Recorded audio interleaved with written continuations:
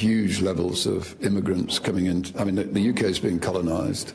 It's costing too much money. It will cause... It's been colonised? It'll cause... Well, yeah. The UK is being colonised by immigrants, really, isn't it? Racism is back in fashion.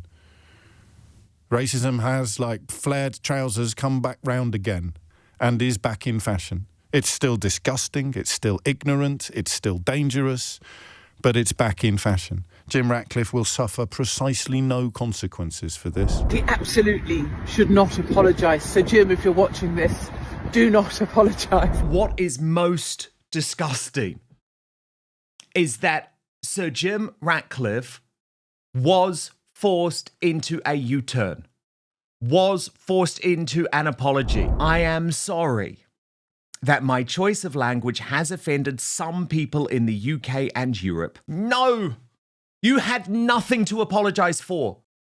So, Sir Jim Ratcliffe, the most inspiring self-made British success story from council house to the country's richest man, has said the quiet part. We all know about the Disunited Kingdom out loud. We have been colonised by immigrants. I'll add to that, we have been taken over by Islamists too. That honesty not only gets you immediately pilloried by the mainstream media, who have prompted an all too predictable elite class pile-on designed to stop anyone else from speaking out, but it pushes every shameful story about Slippery Starmer, Peter Mandelson, the Epstein files, the satanic Labour Party, pushes it all from the headlines, which is what they want. It was this 50-second viral clip on Sly News that saw Ratcliffe, the Man U shareholder, who, let me remind you, endorsed Starmer and Labour at the last election, almost immediately change the national debate. Watch. Huge levels of immigrants coming in. I mean, the UK is being colonised. It's costing too much money. It will cause... It's been colonised? It'll cause... Well, yeah. The UK is being colonised by immigrants, really, isn't it? I mean, the population of the UK was 58 million in 2020. Now it's 70 million.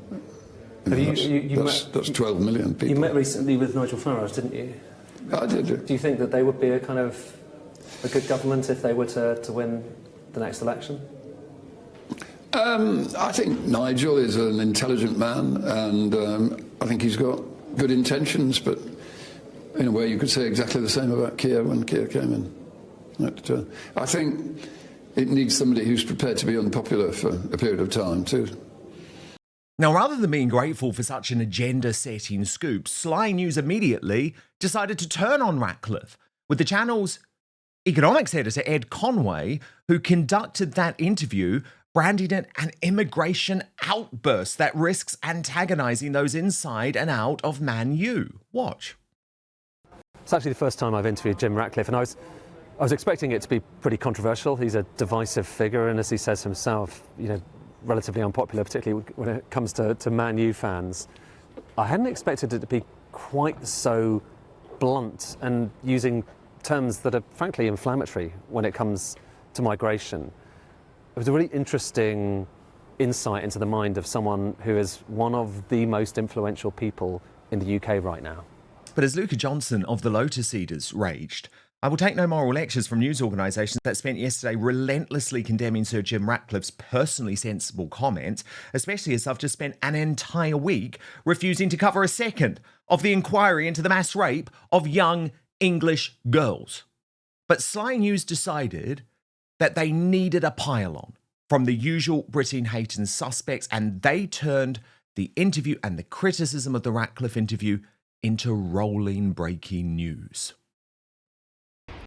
Right, breaking news with regard to our top story this evening. The comments made by Sir Jim Ratcliffe, the co-owner of Manchester United. He said that that the UK was being colonised by immigrants. This is from the anti-racism charity Show Racism the Red Card.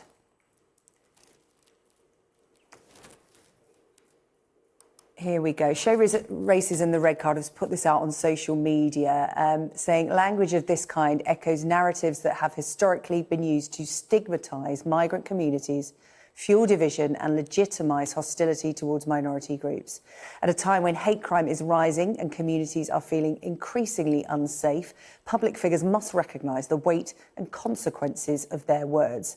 Britain is a diverse society shaped by migration. Framing that diversity as colonisation is reinforcing harmful stereotypes and emboldening those who seek to divide rather than unite. We urge all leaders in sport, business and public life to choose language that promotes inclusion, respect and social cohesion. Oh, there was the obligatory statement too from the Man U Muslim supporters who moaned the term colonised is not neutral. It echoes language frequently used in far-right narratives that frame migrants as invaders and demographic threats. Such rhetoric has real-world consequences when influential figures adopt language that mirrors extremist talking points that risk legitimising prejudice and deepening division. Man U is a global club built on diversity, on players, staff and supporters from every background, faith and ethnicity. Now, desperate to stop any talk of his paedophile-enabling government, Slippery Starmer saw a political opportunity, posting on X to unleash the hounds. Offensive and wrong. Britain is a proud, tolerant and diverse country. Jim Ratcliffe should apologise. The British Bashing Corporation even wheeled out a literal communist in Ash Sarkar onto Newsnight to wholeheartedly back the PM. I think Jim Ratcliffe is a stinking hypocrite. Firstly, he became a tax resident of Monaco. That's £4 billion that could have gone towards British schools. The British NHS could have gone towards British defence. Instead, he decided he wanted that money for his own pockets. Secondly, if it wasn't for immigration, I think that Man United would have had about 3 of their starting 11 last night. So Kobbie Mainoo, Luke Shaw and Harry Maguire. Not really going to beat West Ham with that, are you? And the kind of language of being colonised by immigrants, that moves beyond talking about immigration as a policy, which I'm all for. We should talk about every area of policy. You're talking about people. And you're talking about people who've come here to live, to work, to have families, as though they're a hostile, occupying force, taking away your language, your culture, your ability to survive. Yeah. So I mean, we know there are some voters who do believe that the language is being taken away, that their culture is being taken away. Where's the language being taken away? There are some people who believe that. Yeah, some people believe the moon's made of cheese, but it doesn't mean they're right. What people, Victoria? Horrible far-right racists like me. As Paul Joseph Watson said, he's a hypocrite for refusing to contribute to the colonisation of his own country. Make it make sense. But look, there's a wider reality here. There's a macro point. Because we as Brits have been ignored for 50 years, as this clip from Bradford posted earlier in the week spelled out in the most upsetting detail. We are on a mission to 700,000 subscribers. So I need you to do something for me right now. It is free, it is easy, it is simple. Just hit that subscribe button on YouTube. That's because over 50% of you watching this video haven't done that yet. And it is the best way to support Outspoken. We're totally independent, by the way. No big tech backing, no billionaires pulling the strings. And if you turn on the bell, you'll get alerted to all our new videos. All right, I'm a Scotsman. I'm living in London. I've come all the way from London, but I am a Britisher.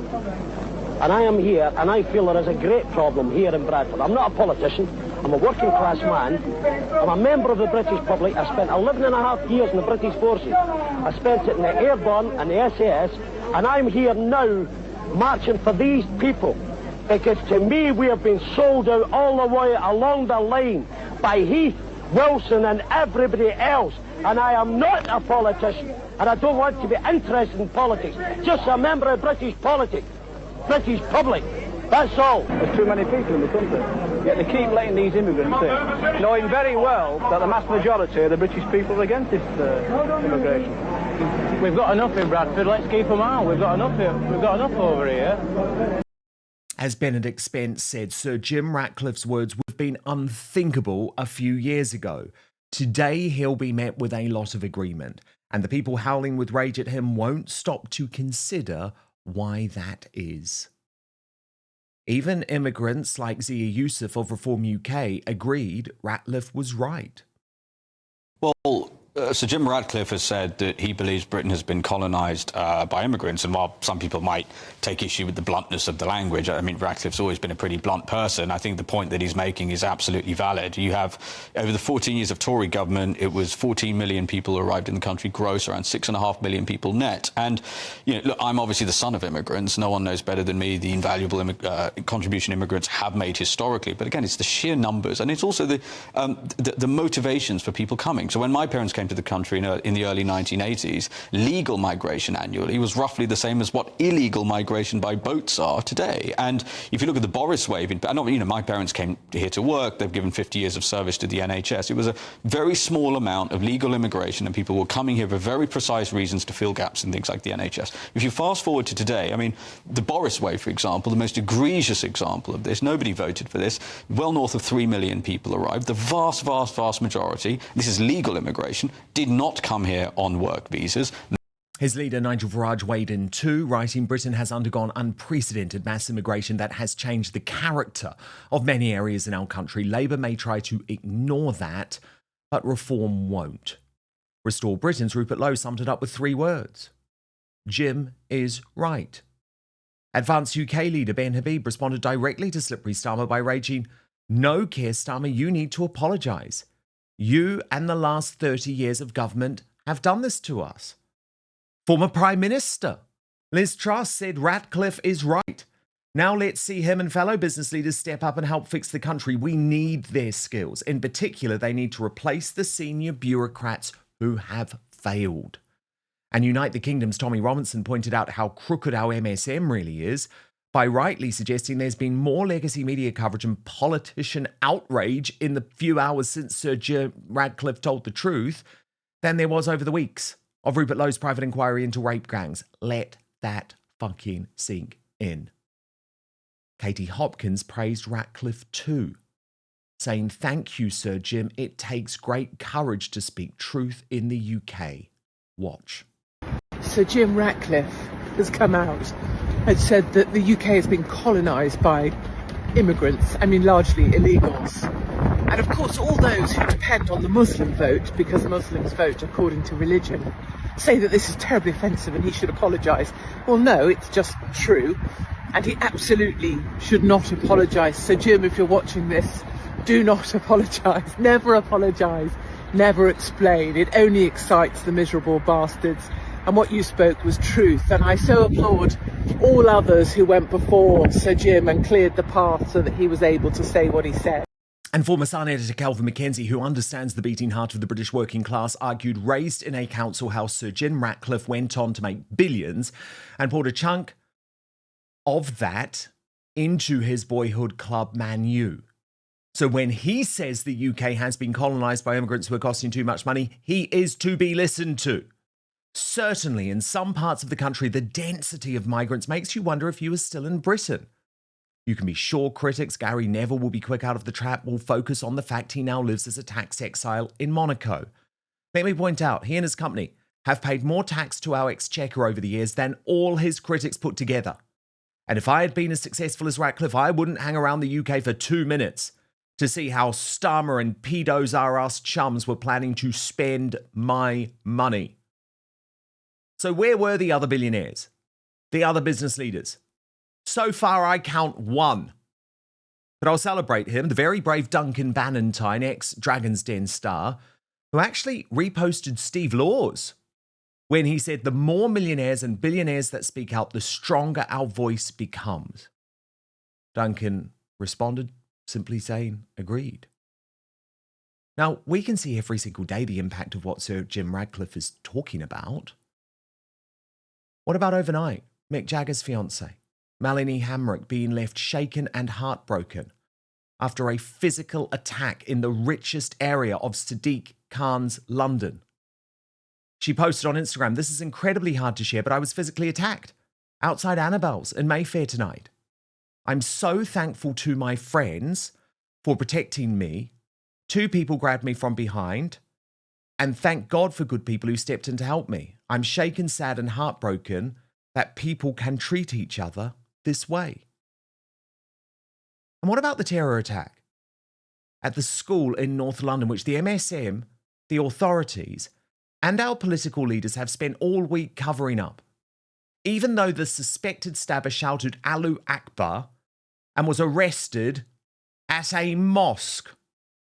Now, the cops were desperate to point out that it was a British national arrested. Of course they were.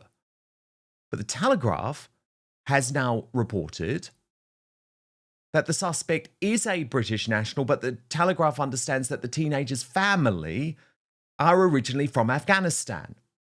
Officers had gone to the mosque after a report from a member of the public of a child being seen there. Witnesses to the school attack have claimed that the attacker shouted Allahu Akbar, God is most great in Arabic. Detectives said they could not confirm that, but some child witnesses had told officers they had heard the phrase being used. Well, they're not making it up, are they? Far too many of our elites have their heads in the sand. Like Sir Lenny Henry, who wants to bankrupt us with further reparations, calling for, wait for it, even more diversity at this moment. Watch. But first, quick gut check for the new year. Data leaks aren't rare, they're routine. When a major breach lands, it's millions of records in one blast. Phone numbers, home addresses, logins, sometimes much worse. And the nasty trick, that data gets traded indefinitely. Data brokers and people search sites buy and resell it on loop, so scammers, stalkers, even a nosy employer can surface far too much with a simple search. That's why I use Incogni. In a murky industry, it's the service independently verified by Deloitte. They send removal requests to hundreds of broker sites and private databases, chase the slow ones, and log confirmations as records are taken down. Getting started is simple. Create your account and share just enough to find your exposed profiles. Give Incogni one-time permission to act on your behalf. They launch the takedowns and keep following up so your data doesn't creep back online. The standout on the unlimited plan that I use is custom removals. Spot your details anywhere, so court portals, old company directories, people search results, that type of thing. Paste the exact link into your dashboard. Incogni's privacy specialists take it from there beyond the automated list. Unlimited links handled by real humans. It's low effort, it works, and it buys genuine peace of mind. They can't target you if they can't find you. So don't wait for the next breach. Go to incogni.com/outspoken now and get 60% off an annual plan. That's incogni.com/outspoken. Protect yourself, your loved ones, and your future. But now, back to the show. We're in a position where diversity, inclusion, and equality are being downplayed because it's seen as wokery and woo-woo. I don't believe that. I think diversity of ethnicity, gender, and thought is really, really important in current climate. We need to not be preaching to the choir. We need difference around the table. Otherwise, we're going to keep having the same solutions to the same problems. And that is the epitome of madness. If we don't change the way the room looks, we're not going to solve our problems because people are going to keep coming up with the same solutions. We have to unite.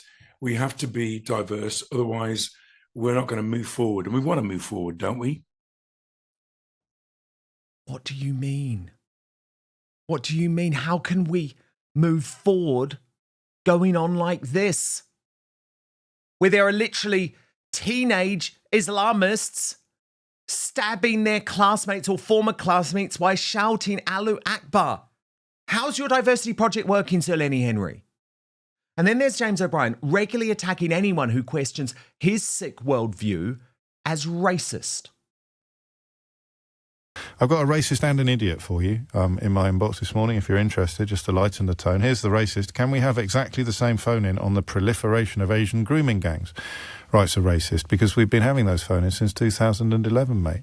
Oh, you could be forgiven for not listening, but you couldn't be forgiven for not hearing me reference the similarities between these two phenomena just 20 minutes ago. But you only care when they're brown, you see? You don't care when they're white. Which makes you both a racist and a paedophile apologist, which is an extraordinary thing to have chalked up on your CV by 10:36 on a Wednesday morning. I mean, a totally revolting man. And you can imagine what he was saying this morning about Sir Jim Ratcliffe. Here's just a taster. I want to know what it's like to be in a country where racism is back in fashion. What is it like as a member of an ethnic minority to be living in a country where racism is back in fashion? I wish there were a different phrase I could deploy at this moment. Racism is back in fashion.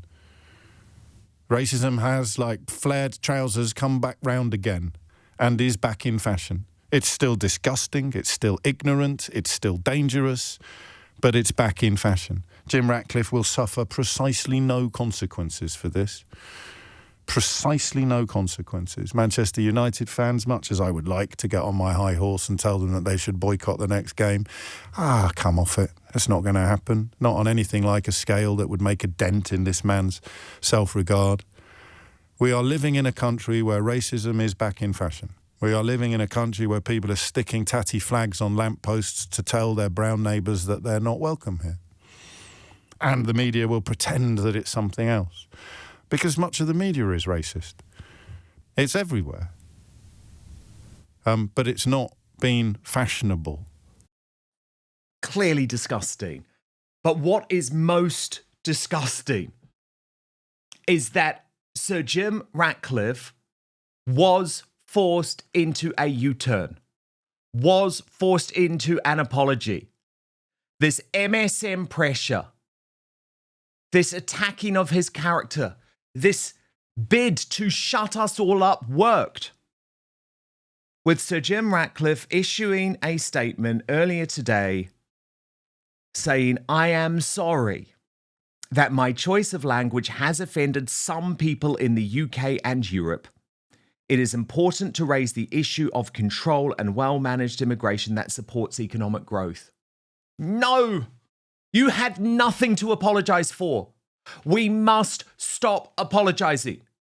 We must stop them silencing us. Because there is such an issue. You can't walk the streets of Sadiq Khan, London, without being mugged. Even if you're engaged to a goddamn member of the Rolling Stones. You cannot send your children to school safely without being feared that a teenage Islamist might stab them in the neck. And just look at the streets. As the Reform UK activist Chris Rose said, this was Tower Hamlets just over 2 months ago. Hard to disagree when there's areas like this that exist. I find scenes like this more offensive and wrong than his comments. You should apologise for allowing this.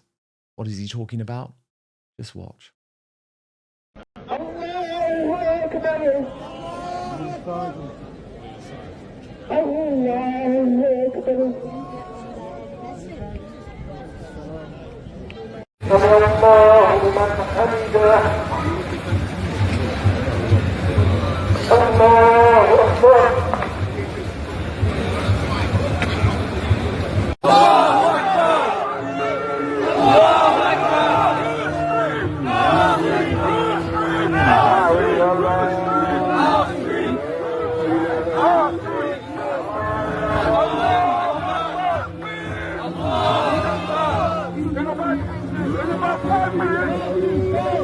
You, Sir Jim Ratcliffe, had nothing to apologise for. Well, one man who has been tracking this shocking decline since long before it was popular is Rafe Hadel Manku. Back in 2022, he spoke out against the consensus by writing that today's census results revealed that 42% of the 10 million foreign-born residents in England arrived in the last decade. And he then tracked the foreign-born population. In 1851, just 0.6% of people. 1901, 1.5%. 1951, 4.2% post-war. Even in 2001, though, 8.3%. When did things change? 2011, 12.7%. 2021, 16.6%. He says this cannot continue. And I'm delighted to say that Rafe Hadel Manku joins me now. Rafe, so I wanted to give Sir Jim Ratcliffe's comments the room to breathe before we came to his apology. Because I'm just so disappointed. I'm so disappointed that he has gone there. So let's talk about his original comments first. Given you have crunched these numbers for years, can you really disagree with the fact that we are being colonised by immigrants? Yes, well, I mean, look, the viewers can make up their own minds on the statistics that you've seen before you.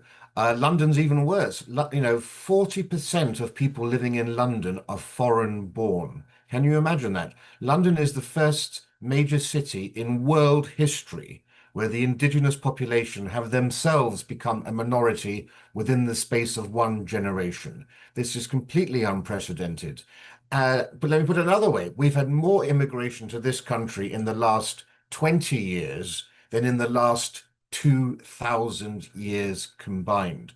And no country, no culture, no society can sustain that rate of rapid demographic change, or dare I say, survive that amount of change.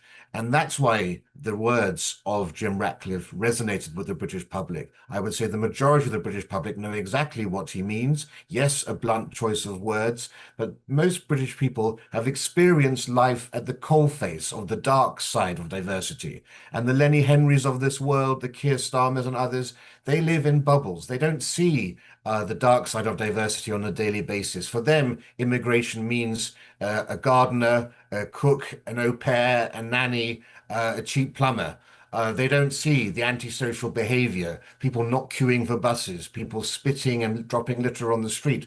Many of those things you can't actually blame migrants for, because they're coming from cultures where that's perfectly normal. They don't understand British traits, but it's that clash of cultures. And we have imported, unfortunately, the vast majority of those people who've come to this country have been low-skilled immigrants from culturally incompatible nations. And that's the reason. And it is right. Intolerance is rising in this country. Racism is rising in this country, as James O'Brien said. But why is that? Because the British people have been swamped. The British people are still the world's third least racist country in the world, amazingly tolerant. But when you see your culture being diminished, when you see you're in a battle for survival, that's why people are flying flags from lampposts. They're doing it as an act of last resort, because they've been failed and betrayed by their government, failed by Starmer, failed by Boris Johnson. No one is standing up for the English, and so they are flying the English flag almost as a sign of distress. And Rafe, I mean, things are so bad, and we get examples every single day. And it's not about wanting to be negative or do down our country. It's about the very real threats that people feel. And I cover them every single day. But that's why I thought the examples over the past 24 hours were so stark, because you've got a very privileged woman, a very wealthy woman, a very rich woman, and the fiance of Mick Jagger being attacked literally outside Annabelle's. I mean, you know Annabelle's, Rafe, it's pretty much the poshest destination in London, right? So you're not safe there, but neither is a 13-year-old going to school in Brent, North London. And I think both those stories actually represent the decline, because no one is safe if we continue on this path. And the problem that I have now is that people are going to look at Sir Jim Ratcliffe and think, oh, I'd rather just leave the country than speak out. Because if I speak out, I'm going to be condemned by the goddamn Prime Minister. But the British people aren't buying it any longer. The fact that he felt comfortable enough to use the word colonisation shows you how far and how quickly the Overton window has shifted, almost month by month. We are having conversations in 2026 that were unimaginable in January, February of 2025, because actually now we are beginning to see the results of this unprecedented experiment in real time, as you say, affecting everyone. Joan Collins and Shirley Bassey have been attacked in places like Knightsbridge. I was at Annabelle's just 2 weeks ago. I can easily see why you get those scenes there, because around you see these people swarming around. Look, Britain is now the world centre for acid attacks. We have gangs of youth in the street with machetes. We have honor killings. We have child killings. We have child marriage, rather. We have forced marriage in this country. Of course, we now have a situation, this is quite unbelievable, where the Metropolitan Police in London now have a department training officers how to detect child abuse linked to witchcraft rituals, thanks to immigration from parts of Central Africa and so forth.